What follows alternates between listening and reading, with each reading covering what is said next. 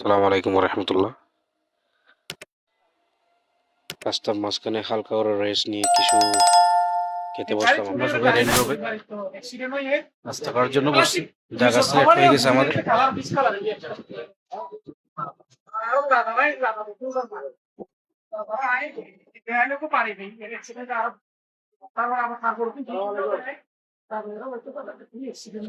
সবাই যে যার মতো কথা বলতেছে। হালকা করে আমি ভিডিও নিলাম।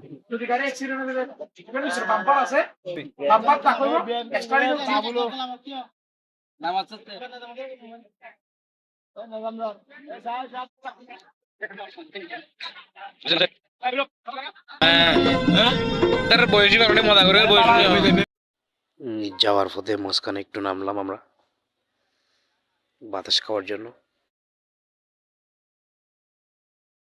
বাকিরা সবাই বাসে করে যাচ্ছে, আমরা কয়েকজন এখানে কারে উঠছি।